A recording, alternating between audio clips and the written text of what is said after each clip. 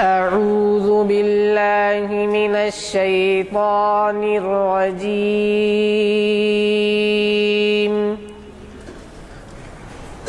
بسم الله الرحمن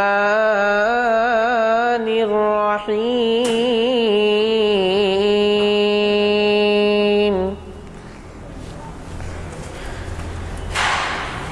إذا زلزلت الأرض زلزالها وأخرجت الأرض أثقالها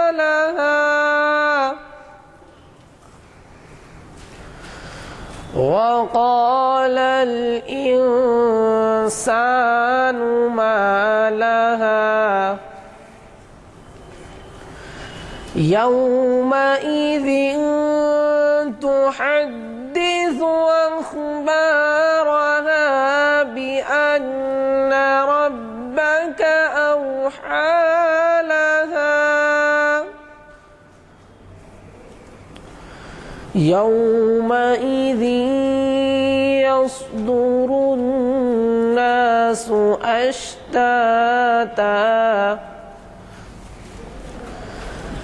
أشتاتا ليروا أعمالهم فمن يعمل مثقال ذرة خيرا يره ومن يعمل مثقال ذرة شرا يره. صدق اللہ العظیم. لیکن ہمارے لیے بہت ہی مسرت کی بات ہے کہ آج جب وہ کسی وجہ سے نہ آ سکے ہوں تو ہمیں اقبالیات کے بغیر ایسے اسکالر جو ہمیشہ سال میں ایک دفعہ موقع دیتے ہیں ہماری استدعا کو انہوں نے قبول کیا اور آج وہ تشریف لائے ہیں آپ کو مخاطب کرنے کے لیے. اور وہ جو ہے جو عنوان سے مخاطب کر رہے ہیں تصور نبوت کلام اقبال کی روشنی میں، اس عنوان سے وہ ہمیں مخاطب کر رہے ہیں. تو آپ کہیں سمجھیں گے بلیٹن میں جو ہے وہ اس کے خلاف ورزی ہو رہی. وہ ایک اس پروگرام ایگزیکٹو ہیں آل انڈیا ریڈیو کے، تو انہیں کچھ اچانک تروپتی جانے کے لیے بلایا گیا تو انہوں نے اطلاع دی ہمیں. بہرحال ہم مشکور ہیں. حضرات جیسے کہ آپ واقف ہیں، آج ہماری یہ نشست جو ہے اعلامیہ نمبر 455 کے مطابق 28 نومبر 2012 مطابق 13 محرم الحرام 1434 ہجری بروز شہرشنبہ بعد نماز عصر محفل اقبال شناسی کی 690ویں نشست کے طور پر جامع مسجد عالیہ کے گن فاؤنڈری ہال میں منعقد ہو رہی ہے. اور جیسے کہ میں نے آپ کو بتایا کہ عنوان جو ہے ہمارے آج کے مقرر صاحب ہی کا دیا ہوا ہے اور اسی عنوان سے وہ آپ کو مخاطب کر رہے ہیں. اور یہ کہ مزید تعارف کی اس لیے ضرورت نہیں ہے کہ وہ ایک بہت ہی جانے مانے اقبالیات کے اسکالر ہیں اور جو کچھ بھی ان کے ارشادات ہیں وہ اکثر بڑے نمایاں طور پر شائع ہوتے ہیں، اخباروں میں ہوں یا تحریرات میں ہوں. تو ہم آج انہیں سنیں گے اور میں اگلے پروگرام کے لیے جو بلیٹنز شائع ہوئے ہیں وہ آپ لوگوں کو مل جائیں گے، تقسیم ہو رہے ہیں. وہ اگر نہ ملے ہوں تو لے لیجئے اور ہمارے لیے ایک سفیر کا کام کیجئے کہ ان بلیٹنز کو آپ اپنی مسجدوں میں لگائیں اور اپنے حلقوں میں ایسے احباب کو دیں جو کچھ قدر کرتے ہوں ایسے محافل کی جو عبادت کا درجہ رکھتی ہیں. تو میں گزارش کرتا ہوں، آج ہمارے درمیان رؤوف صاحب ہیں جو اقبالیات کلام اقبال ہمیں سنائیں گے پہلے، اس کے بعد ہمارے آج کے مقرر صاحب کا خطاب ہوگا. تشریف لائیں. لباس مجاز میں کبھی اے حقیقت منتظر نظر لباس مجاز میں کبھی ہے حقیقت منتظر نظر لباس مجاز میں کبھی ہے حقیقت منتظر نظر لباس مجاز میں کہ ہزاروں سجدے تڑپ رہے میری جبین نیاز میں کبھی ہے حقیقت منتظر نظر لباس مجاز میں جو میں سر بسجدہ ہوا کبھی تو زمین سے آنے لگی صدا جو میں سر بسجدہ ہوا کبھی تو زمین سے آنے لگی صدا تیرا دل تو ہے صنم آشنا تجھے کیا ملے گا نماز میں تیرا دل تو ہے صنم آشنا تجھے کیا ملے گا نماز میں کبھی اے حقیقت منتظر نظر لباس نہ بچا کے تو رکھ اسے تیرا آئینہ ہے وہ آئینہ نہ بچا کے تو رکھ اسے تیرا آئینہ ہے وہ آئینہ کہ شکستہ ہو تو عزیز تر ہے نگاہ آئینہ ساز میں کہ شکستہ ہو تو عزیز تر ہے نگاہ آئینہ ساز میں نہ کہیں جہاں میں امان ملی جو امان ملی تو کہاں ملی نہ کہیں جہاں میں امان ملی جو امان ملی تو کہاں ملی میرے جرم خانہ خراب کو تیرے عفو بندہ نواز میں میرے جرم خانہ خراب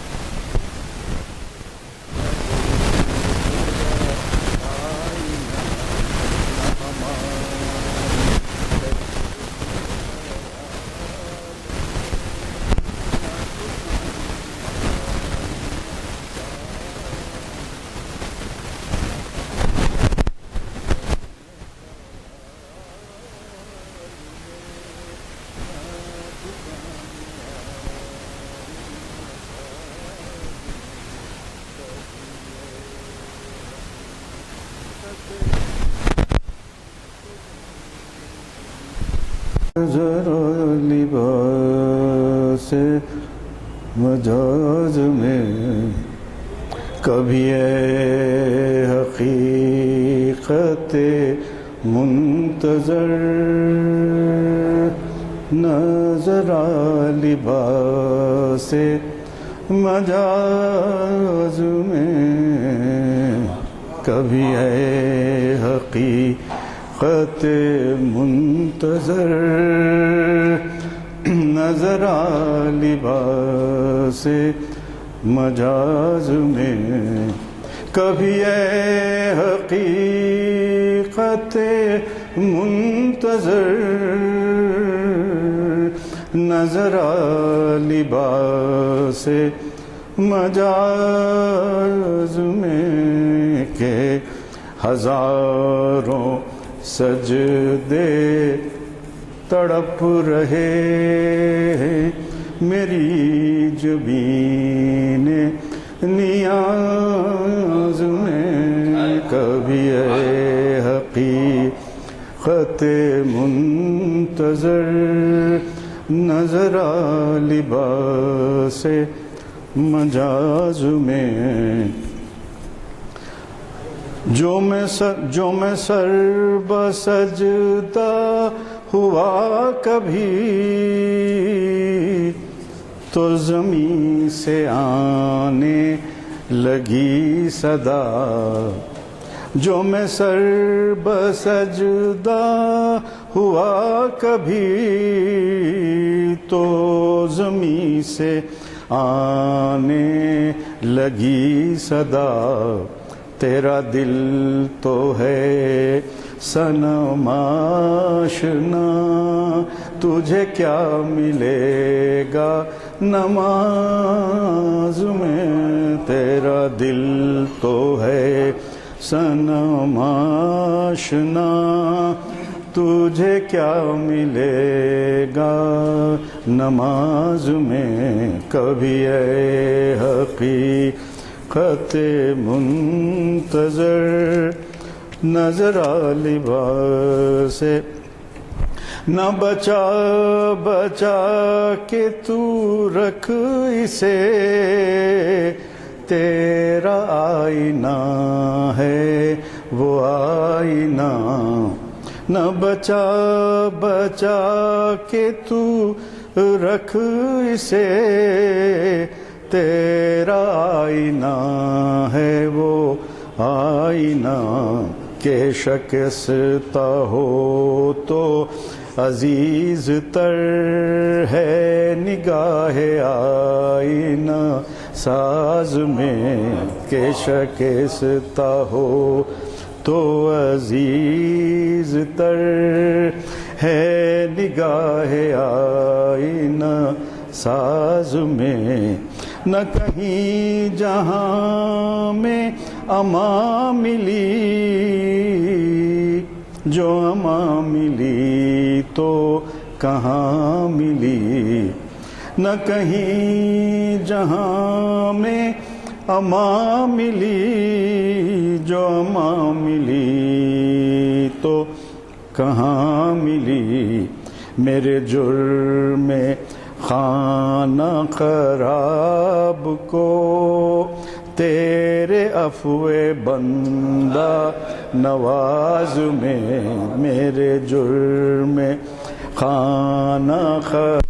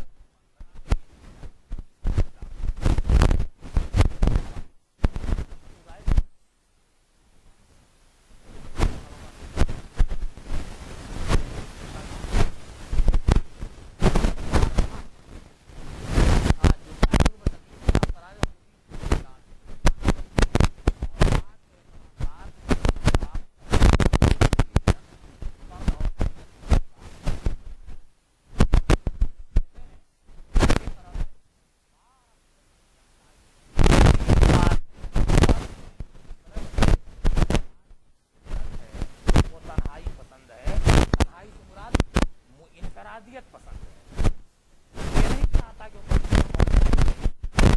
ڈوب جائے.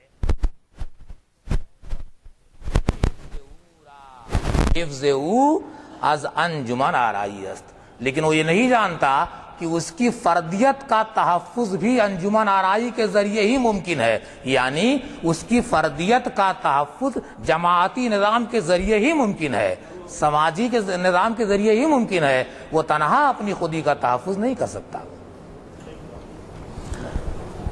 سوزدش در شاہ راہ زندگی، زندگی کے میدان میں اسے جلا دیتی ہے کیا؟ حفظ او از آتش آوردگاہ زندگی، زندگی کے جو میدان ہے اس میں جو رزمگاہ ہے، اس میں زندگی کے تقاضے جو ہیں انسان کی فردیت کو جلا دیتے ہیں، یعنی جماعت کے کچھ اپنے مطالبے ہیں اور وہاں پر آدمی کو اپنی فردیت کو ختم کر کے اس کے اندر ضم ہونا پڑے گا. مردما خوگر بیک دیگر شوند، اور ایسا ہو جانے کے بعد، یہ صفت جو ہے اس سے متصف ہو جانے کے بعد، پھر لوگ ایک دوسرے کے دکھ درد کے لیے یکجا ہو جاتے ہیں اور ایک دوسرے کے غمخوار بن جاتے ہیں. سفتہ در یک رشتہ چوں گوہر شوند، اور اس طرح آپس میں مل جاتے ہیں جس طرح سے ایک ہار موتیوں سے مل کر کے بنتا ہے. تو پتہ چلا کہ جو موتیاں ہیں چھوٹے چھوٹے یہ فرد ہیں، اور رشتہ یعنی جو دھاگا ہے وہ ملت ہے جو ان کو منفرد جو ان کو متحد رکھتا ہے اور ان کی حفاظت ہوتی ہے. اگر دھاگے سے رشتہ توڑنے کے چکر میں یا فکر میں موتی پڑ گیا تو وہ اکیلا ہو جائے گا، اور اس طرح سے اس کی خودی کا یا اس کی فردیت کا بھی تحفظ نہیں ہو پائے گا. تو پتہ یہ چلا کہ ملت میں ضم ہونا بہت ضروری ہے. در نبرد زندگی یار ہمند، اور وہ زندگی کے تمام پیکار میں، تمام مطالبات میں، تمام خشک و تر میں ایک دوسرے کے یار ہوتے ہیں، اور مثل ہمکاراں گرفتار ہمند. ہم جو ہے یہاں پہ ایک چیز جاننے کی ہے تھوڑا سا، کہ غم اور ہم میں ہمارے پاس جو زبان کی نزاکتیں ان میں فرق کیا گیا ذرا سا. غم وہ چیز ہوتی ہے یا وہ مصیبت ہوتی ہے جو ہم پر آ جاتی ہے، اور ہم وہ مصیبت ہے جو ابھی آنے والی ہوتی ہے. ان میں فرق ہے. کس قدر ذوق گرفتاری ہم ہے ہم کو، جو غالب نے کہا. تو اب کسی کی سزا ہونی ہے پھانسی کی اور طے ہے کہ کل پھانسی ہوگی، تو غم نہیں ہم ہے، لیکن اس کی پھانسی کے بعد جو غم اس کے اہل خانہ پر ہے وہ غم ہے. تو یہ جو ہے تو ہی کہہ رہے ہیں کہ یہ غم میں ہم میں، یعنی ابھی جو غم نہیں آیا اس کے لیے بھی آپ آپس میں متحد ہو کر کے ایک دوسرے کا غم بانٹنے کی کوشش کرتے ہیں. ملت یہ سلیقہ سکھاتی ہے. محفل انجم جذبے باہم است، اور یہ بات جان لینی چاہیے کہ ستاروں کی جو انجمن قائم ہے وہ آپ کو ستارے الگ الگ نظر آتے ہیں لیکن وہ باہمی انجذاب کی وجہ سے قائم ہیں. وَكُلٌّ فِي فَلَكٍ يَسْبَحُونَ، سب کے سب اپنے اپنے دائرے میں تیر. یہ نہ سمجھے کہ دائرہ چھوڑ رہے ہیں، وہ دائرہ چھوڑ دیں گے ٹکرا جائیں گے. لَلشَّمْسِ يَنبَغِي لَهَا أَن تُدْرِكَ الْقَمَرَ، سورج کے اندر نہیں ہے کہ ٹکراتے ٹکراتے جا کے چاند سے ٹکرا جائے، کیونکہ سب کے اپنے دائرے بنا گئے. اس دائرے کی وجہ سے یہ انجم بظاہر جو بکھرے ہوئے نظر آتے ہیں یہ کیا ہے؟ اسی باہمی جذب کی وجہ سے متحد ہیں. جو غالب نے کہا تھا کبھی سوئے سوئے آسمان کو دیکھ رہے تو کہہ رہے تھے بھائی خودرائی پر جو نظام قائم ہوتا ہے اسی طرح سے منتشر ہوتا ہے، کیونکہ اللہ میں کسی سے مشورہ نہیں لیتے اس لیے جو تارے سب بکھرے ہوئے ہیں ان کا نظام جو ہے. اور اقبال نے بھی کسی جگہ اگر کجرو ہے انجم آسماں تیرا ہے یا میرا، مجھے فکر جہاں کیوں ہو، جہاں تیرا ہے یا میرا. لیکن یہ کیا ہے؟ یہ اصل میں اقرار انکاریہ ہے، انکار نہیں ہے، انکار کے پردے میں اقرار ہے. یہ اسلوب اگر ہم اقبال کا سمجھ جائیں گے تو ہم لوگ وہ اعتراض نہیں کریں گے جو عام طور پر اعتراضات کرتے ہیں لوگ سطحی طور پہ پڑھ کے. ہستی کوکب ز کوکب محکم است، اور ایک تارے کی زندگی دوسرے تارے کے وجود سے ہی مضبوط ہے. جو انجمن قائم ہے ستاروں کی وہ اس لیے قائم ہے کہ ایک ستارے کی زندگی جو ہے وہ دوسرے ستارے کے وجود سے قائم ہے. کوئی ستارہ تنہا ہے تو اس کا مطلب نہیں کہ دوسرے سے جڑا ہوا نہیں ہے. خیمہ گاہے کارواں کو جبل. اب پھر ادھر سے جاتے ہیں اس زمانے کی طرف اقبال، جیسا کہ پہلے انہوں نے کہا تھا کہ نہیں معلوم یہ اتحاد وغیرہ کی بات کہاں سے آئی ہے. اور کب سے جو ہے کیا نام آدمی کے اندر شعور پیدا ہو. تو بتا رہے ہیں خیمہ گاہے کارواں کو ہو جبل. انسان پہلے جب غیر مہذب تھا، جب اس کے اندر ملت کا یا اجتماعیت کا شعور اس کے ذہن میں بالیدہ نہیں ہوا تھا، تو ادھر ادھر وہ پہاڑوں میں، دریاؤں میں، یہاں تک کہ مرغزارو دامنے صحرا و تل، یعنی گھاس کے میدان میں، جنگل میں، اور اس کے بعد اونچے اونچے ٹیلوں پر جہاں تہاں زندگی گزار دیتا تھا. وہ اس کے اندر کوئی شعور نہیں تھا. سست و بیجاں تارو پودے کاریو، اس کے جو اپنے کام ہوا کرتے تھے نظام نہ ہونے کی وجہ سے انتہائی کمزور اور مقصدیت سے عاری ہوا کرتے تھے. ناکشودہ غنچئی پنداریو، اور اس کی جو فکر تھی وہ کیا تھی؟ ایک ان کھلی کلی کی طرح تھی. یعنی اس کے اندر خوشبو ہوتی ہے کلی کے اندر، لیکن جب تک کلی کھل نہیں جاتی لوگوں کو اس کی خوشبو کا احساس نہیں ہوتا. تو اللہ نے ٹیلنٹ تو دیا تھا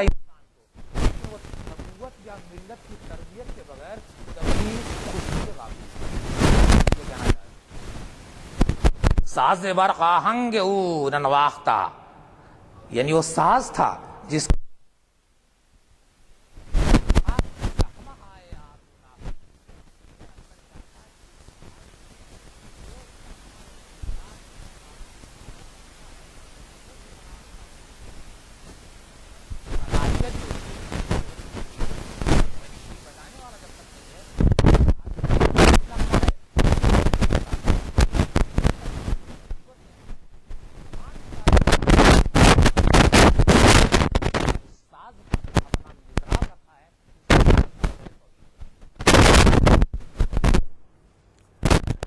نا بسامہ محفل نوزاداش، اس کی تمام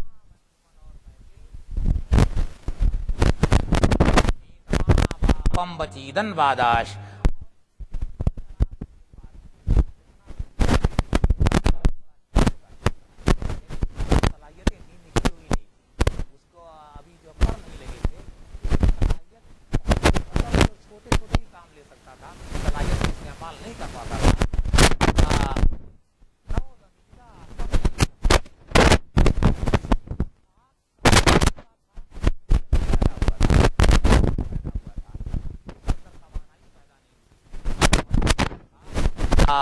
سرد خون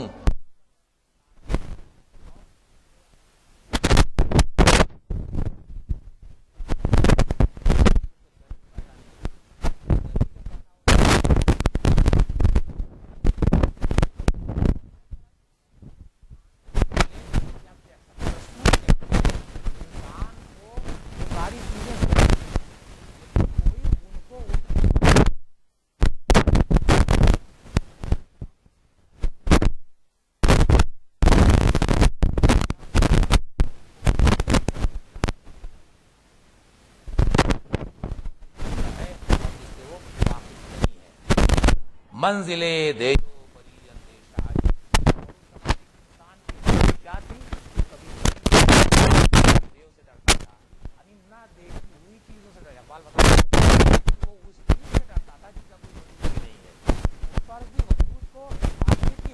فرض کر کے اس کا قائم کرتا تھا.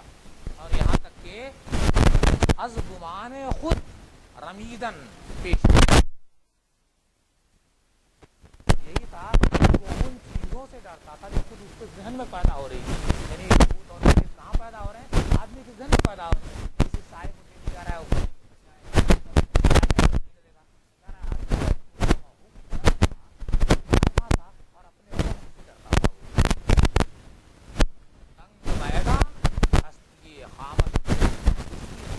کا میدان ابھی خام اور کچی زیر لبے بامسنود، اور اس کی فکر کا تفکر اور شعور کا عالم یہ تھا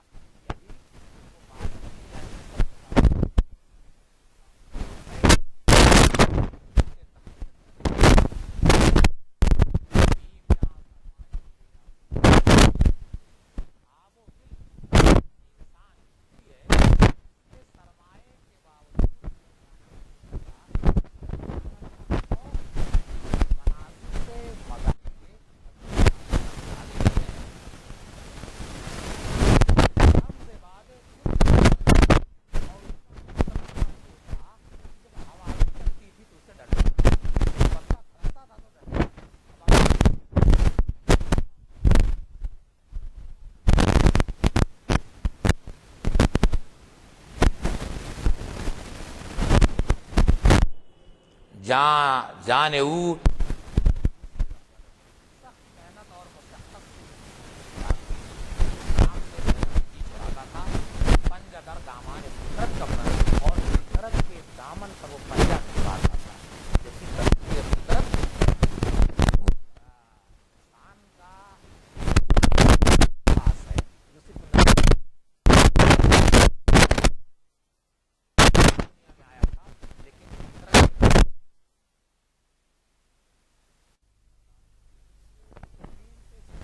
پر پیدا ہو جاتا تھا کھا لیتا تھا اور پتہ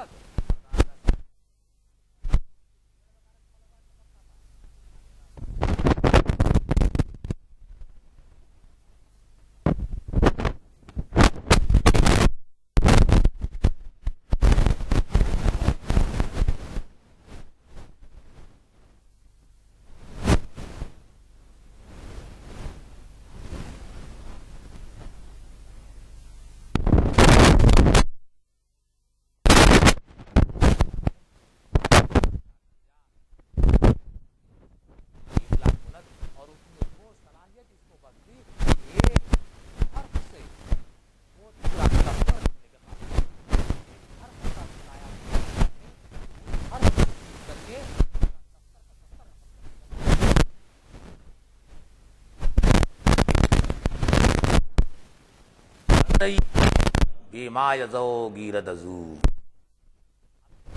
قابل ہو گیا ذرہ بے مایا ایک بے حقیقت ذرہ اس سے روشنی حاصل کرنے لگا. نبی کے اندر چیز ہوتی ہے ہر عارضی نو گیرد ازو اور نبی کے اندر یہ صلاحیت ہوتی ہے کہ جو متائے گمگشتہ ہے جو متائے بیمانی ہے وہ بھی اس سے رتبہ بلند حاصل کر لیتی ہے. اور نو کہا ہے یعنی ہر لہجہ نو کوئی ایسی چیز نہیں ہے کہ جو حاصل کرنے کے بعد دوبارہ نہ ہو. ہر لہجہ نئی تجلی اور نیا جو جانا نبی کے سامنے زندہ یکدم تو سب پہ کر چنت. اور نبی کے اندر ایک صلاحیت ہوتی ہے کہ ایک بار پھونک مار کر 200 بدن کر دیتا ہے. روحی کی جو بات ہوئی ہے ایسی روح پھونک دیتا ہے کہ سینکڑوں سینکڑوں جو ہے بے جان پیکر زندہ ہو جاتے ہیں نبی کی ایک پھونک سے. محفلیں رنگی یک ساگر پورت اور پوری کی پوری محفل کو وہ رنگین بنا دیتا ہے سرکب و شاداب بنا دیتا ہے. اس سے صرف ایک ساگر ایک پیمانہ تیرا سارے زمانے. نبوت ایک چیز لاتی ہے ایک پیغام لاتی ہے صرف اور اس ایک پیغام کا ساگر یعنی جو توحید کا ساگر ہے پورے پورے مجلس اور محفل کو سرسار سرسب اور شاداب کرتی ہے.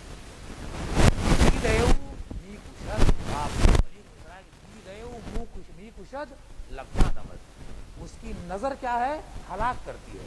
پیغمبر کی نظر کیا ہے ہلاک کرتی ہے. لبجا دمد لیکن اس کے موت نہیں بنتی. مطلب یہ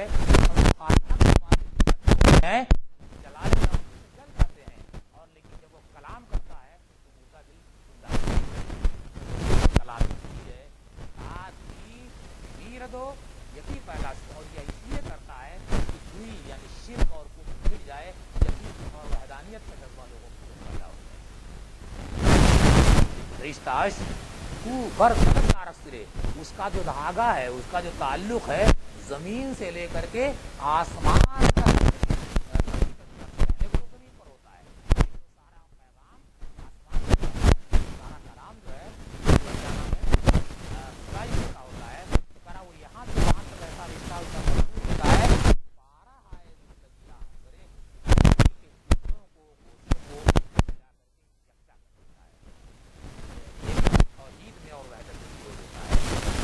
انداز نظر پیدا کرتا اور ایک